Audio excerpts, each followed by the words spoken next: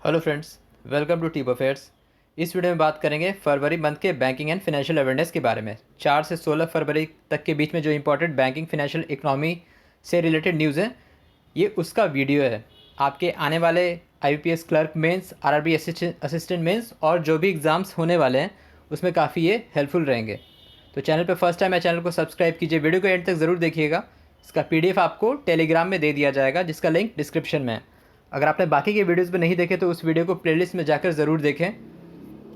चलिए स्टार्ट करते हैं। फर्स्ट क्वेश्चन है, which insurance company launched salute to caregivers एक नया नज़रिया कैंपेन।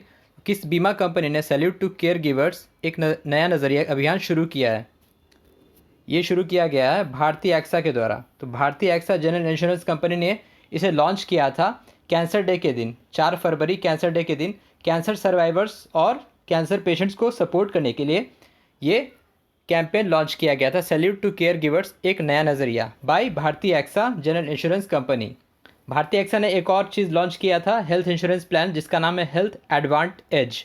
हेल्थ एडवांट एज वो भी भारतीय एक्सा के द्वारा लॉन्च किया गया था इसी वीक में। भारतीय एक्सा के एमडी सीईओ कौन है? संजीव श्रीनिवासन, और उसका हेडक्वार्टर है मुंबई में। Which bank's IT infrastructure will be audited by a special audit team appointed by RBI?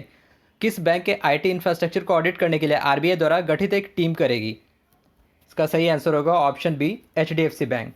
तो RBI ने एक एक्सटर्नल प्रोफेशनल IT फर्म को अपॉइंट किया है, जिसको डिस्क्लोज उसने नहीं किया। वो HDFC का जो ये होगा बिजनेस होगा उसको ऑडिट करेगा। बैंक का जो इंफ्रास्ट्रक्चर है, आईटी इंफ्रास्ट्रक्चर और बिजनेस है, उसको ऑडिट करेगी वो आईटी टीम और IT firm under section 31B of banking regulation act 1949।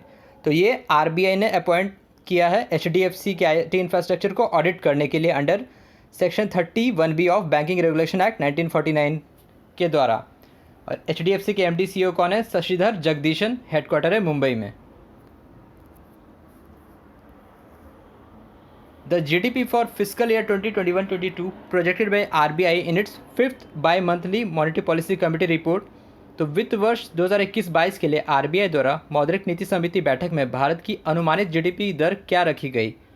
ये प्रोजेक्शन क्या है आरबीआई के द्वारा? 10.5%। तो फिजिकल ईयर 2021-22 के लिए आरबीआई ने मॉनेटरी पॉलिसी कमेटी की रिपोर्ट में ये प्रेडिक्ट किया कि जो जीडीपी रहेगा वो 10.5% रहेगा। अभी recently 5th bi monthly monetary policy committee की बैठक हुई थी, जिसमें 6 मेंबर होते हैं, हेडेड बाय आरबीआई गवर्नर। तो आरबीआई गवर्नर शक्तिकांत दास, और डिप्टी गवर्नर कौन कौन है आरबीआई के?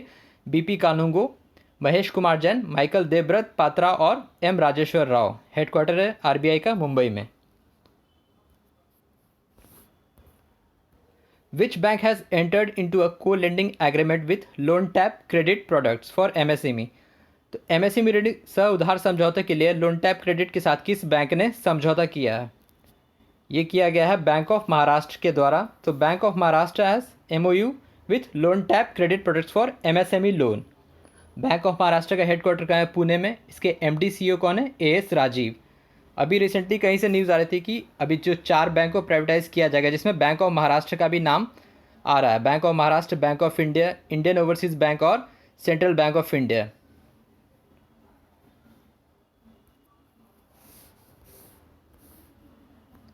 As per Banking Ombudsman Annual Report released by RBI, the percentage rise in complaints against bank is।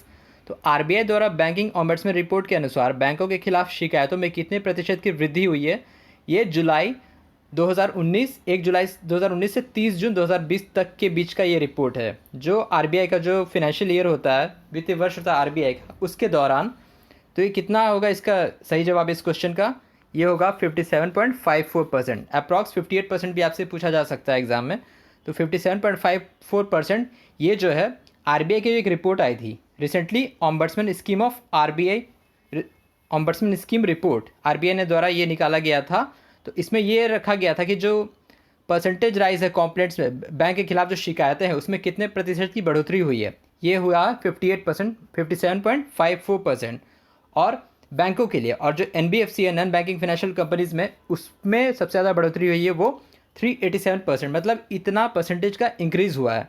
तो बैंकिंग के लिए 57.54% और एनबीएफसी के लिए 387%। और जो सबसे ज़्यादा कंप्लेंट हुआ है वो SBI में हुआ, लगभग 50,000 कंप्लेंट्स फाइल किए गए हैं। ऑम्बड्समैन रिपोर्ट के अनुसार SBI में सबसे ज़्यादा कंप्लेंट रजिस्टर किए गए हैं, followed by HDFC, then ICICI bank, चौथे नंबर पे एक्सिस बैंक और फिर PNB।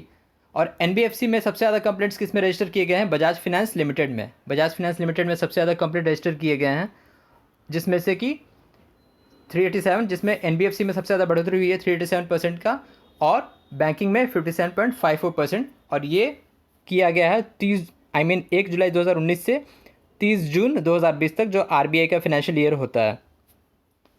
अभी टोटल देश में 22 बैंकिंग ऑम्बड्समैन ऑफिसेज हैं, BAO। The financial literacy week observe by RBI, तो RBI द्वारा कब वित्तीय साक्षरता सप्ताह मनाया गया? इसका सही आंसर होगा ऑप्शन सी, 8 से 12 फरवरी के बीच में, 8 to 12 फेब के बीच में RBI observe financial literacy week, जिसका थीम था credit discipline and credit from formal institution. Credit discipline and credit from formal institution. AGS Transact Technologies partnered with whom to introduce first ever contactless cash withdrawal on ATM? तो AGS ने किसके साथ partnership किया है? Master card के साथ। तो master card के साथ AGS Transact Technologies has partnered to launch first ever contactless cash withdrawal on ATM। तो ATM में पहला contactless cash withdrawal के लिए AGS Transact Technology ने मास्टर कार्ड के साथ टाई अप किया है। मास्टर कार्ड के चेयरमैन कौन है? अजय बंगा।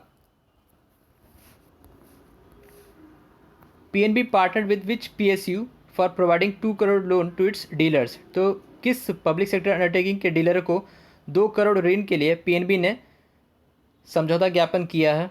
इसका सही आंसर होगा option A, IOCL, Indian Oil Corporation Limited. IOCL has partnered, PNB has partner with IOCL under PNB e-dealer scheme for providing 2 crore loan to its dealers. IOCL is a public sector undertaking, Maharatna company. NDB new development bank, जिसका पुराना नाम था BRICS bank, commits how much funds to NIIF fund of fund? तो New development Bank ने NIIF के fund of funds में कितनी धनराशि देगा? इसका सही आंसर है ऑप्शन सी, $100 मिलियन। NIIF क्या है? नेशनल इंफ्रास्ट्रक्चर इन्वेस्टमेंट फंड, उसमें ये $100 मिलियन देगा भारत को। NDB न्यू डेवलपमेंट बैंक, जिसका हेडक्वार्टर है शंघाई में, और चेयरपर्सन कौन है इसके? Anton Siluanov. Anton Siluanov, he is from Russia. Fund announced by RBI for OMO open market operations in crore. तो ओपन मार्केट ऑपरेशन के लिए RBI द्वारा कितने करोड़ की घोषणा की गई है? ऑन 7 फरवरी ये अनाउंस किया गया था 20,000 करोड़ का। तो 20,000 करोड़ के गवर्नमेंट सिक्योरिटीज परचेज करेगी RBI to boosting liquidity to economy. तो fund announce by RBI is of 20,000 crore for open market operation. Which small finance bank partnered with MSRDC? MSRDC क्या है? Maharashtra state road development corporation, to launch India's first FASTag power truck terminal. किस लघु वित्त bank ने पहला FASTag आधारित truck terminal शुरू करने के लिए MSRDC से गठजोड़ किया है? इसका सही आंसर होगा इक्विटस स्मॉल फाइनेंस बैंक। तो ये first FASTag power truck terminal की शुरुआत करेगी महाराष्ट्र में, और इसके साथ टाइप किया है इक्विटस स्मॉल फाइनेंस बैंक ने। इसका हेडक्वार्टर है चेन्नई में। MD CEO कौन है इसके? वासुदेवन नरसिम्हन। क्रेडाई क्या है? Confederation of Real Estate Developers Association of India has memorandum of understanding with which bank to open bank accounts for construction workers? तो इसने टाइप किया है भारतीय डाक के साथ, इंडिया पोस्ट पेमेंट बैंक के साथ, India post payment bank for opening the bank accounts for construction workers. India post payment bank के चेयरमैन कौन है? प्रदीप कुमार बिश्नोई। अब लास्ट के 10 डेज के कुछ वन लाइनर्स देख लेते हैं। Government has fixed a target for GLC। GLC क्या है? Ground level credit for agriculture. Agriculture के लिए जो वित्तीय वर्ष 2021-22 के लिए कितना फंड वो फिक्स किया है एग्रीकल्चर के लिए? 16.5 lakh crore. NPCI launched global hackathon, NPCI pay youth challenge on epics. Flagship program priceless for domestic and global travellers for heritage visits, जो भी हेरिटेज साइट से वहाँ विजिट करने के लिए ये लॉन्च किया गया मास्टर कार्ड के द्वारा। एज पर SEBI, the AMC asset management companies mutual funds will need how much minimum amount share capital to set up LPCC। LPCC क्या है? Limited purpose clinic corporation. इसका जो ये थ्रेशोल्ड रखा गया है 150 करोड़ एसेट मैनेजमेंट कंपनीज के लिए। RBI इशूड RBIA यानी risk based internal audit guidelines for NBFC and UCB। UCB क्या है? Urban cooperative banks. It will be implemented with effective from 31 March 2022।